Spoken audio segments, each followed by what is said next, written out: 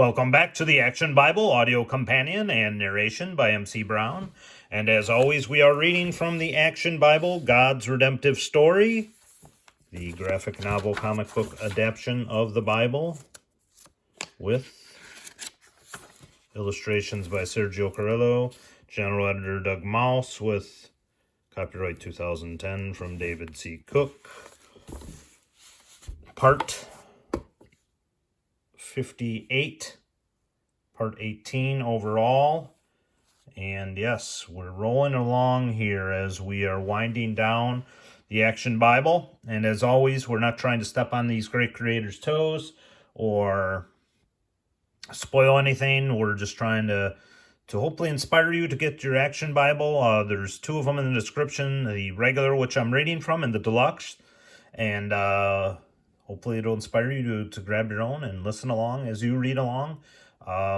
Maybe if God puts on your heart to get this for someone or share this with someone, it's greatly appreciated. And yeah, as always, we're just, we appreciate, love all you guys and appreciate all you guys joining us either from the start or if you joined in. I know a couple of the middle videos doing really well. I don't know if they broke through the YouTube algorithm, but very appreciative of that. Hopefully they find their way towards these or to the start and come all the way back through, and just very thankful to God for this and very appreciative. So we're just going to keep rolling along here. As always, you can skip these semi-repetitive intros in the description. You can just hit the timestamp and go right to where we're going to jump right back in here. As always, we're appreciative of those with the corrections. I apologize for any of those I've butchered names or places.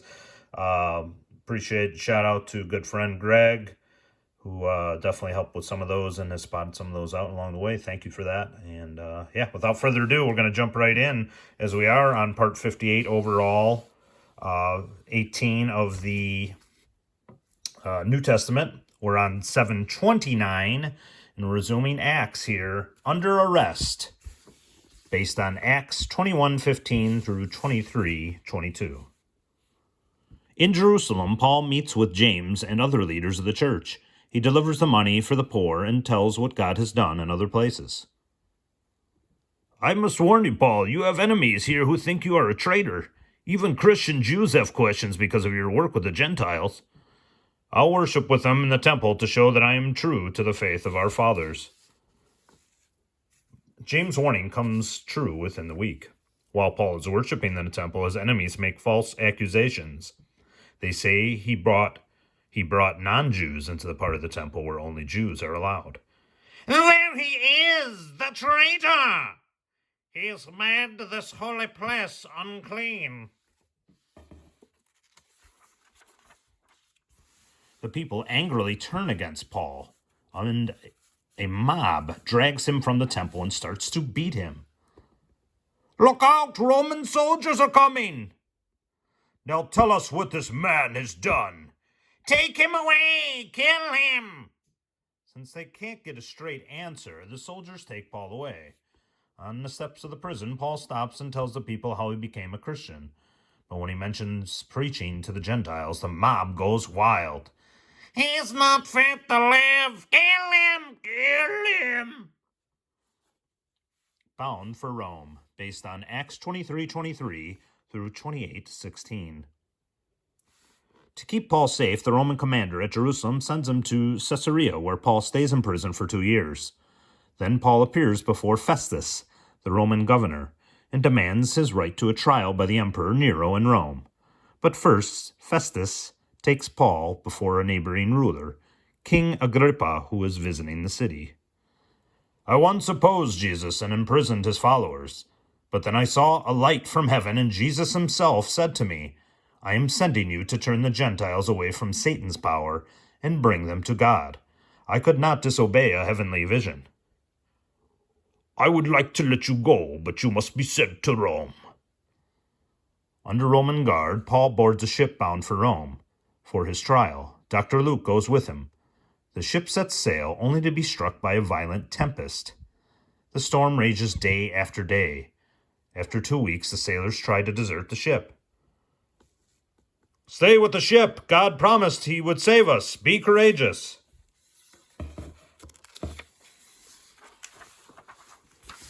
In the midst of the storm, Paul thanks God for their food. He promises that everyone will survive, but the ship will sink. At daybreak, land ahead! Heading toward a bay, the ship hits a sandbar. The front of the ship is stuck, and the pounding waves break the back of the ship to pieces. Abandon ship! Heal the prisoners! If they reach shore, they'll escape! Because of his friendship with Paul, the Roman officer spares the lives of the prisoners. Soldiers, sailors, and prisoners struggle for their lives in the wild sea. Just as God told Paul, every man on board reaches land safely. People on the island of Malta rush down to the shore to help the victims of the wreck. We'll have a fire going soon. I'll get some more wood. As Paul lays sticks on the fire, a snake crawls out from the wood and strikes. A viper! Paul will die! This man must be a murderer. He escaped the sea, but justice will not let him live. Paul shakes the snake into the fire. The people wait for him to begin swelling or suddenly fall dead. But nothing happens. The islanders change their minds about Paul and begin to bring sick people to him to be healed. 3 months later, Paul sails again for Rome and a long stay in prison.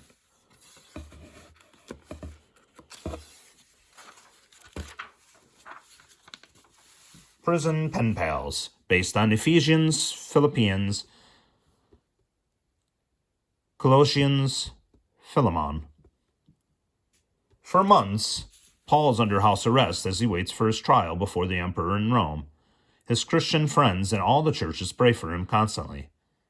One day, Greetings, Paul! I have come with a gift from the church at Philippi. Epaphroditus, don't mind the guard chained to my wrist. He's just my constant reminder that I'm a slave to Christ. What kind of a man is able to joke while in chains? On Rome, Epaphroditus becomes ill. Christians in the city gladly take care of him.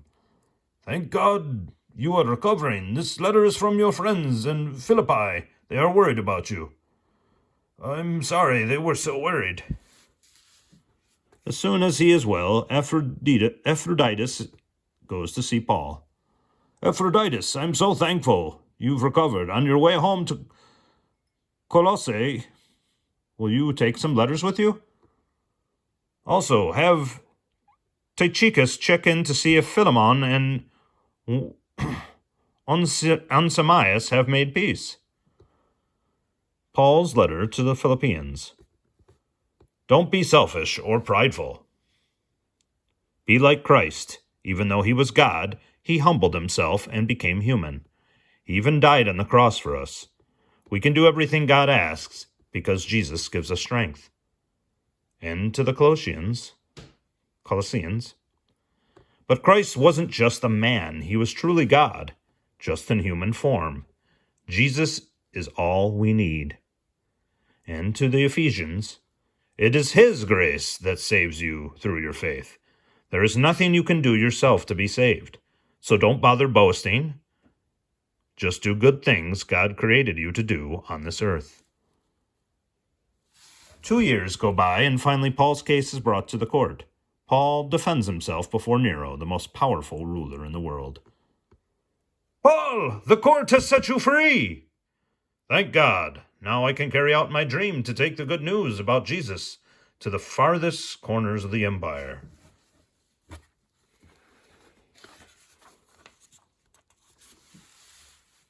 Historical background.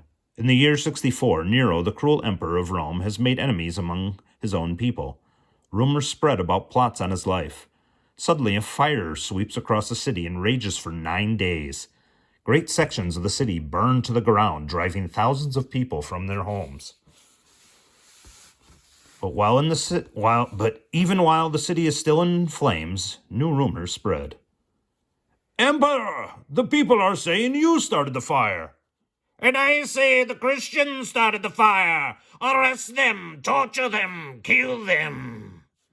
Anything to turn any suspicion away from me. Armed with orders from the emperor, Roman soldiers kill hundreds of Christians in Rome. The order reaches out across the sea from Italy. Once again, Paul is arrested. By order of the Emperor, you are under arrest. Once again, Paul comes to Rome as a prisoner. This time he is chained to the wall of the prison. Luke comes to comfort him. I'm sure I have only a few months to live. Bring some paper and ink, and write what I tell you to Timothy. I'll bring it to you. I'll bring it the next time I visit you.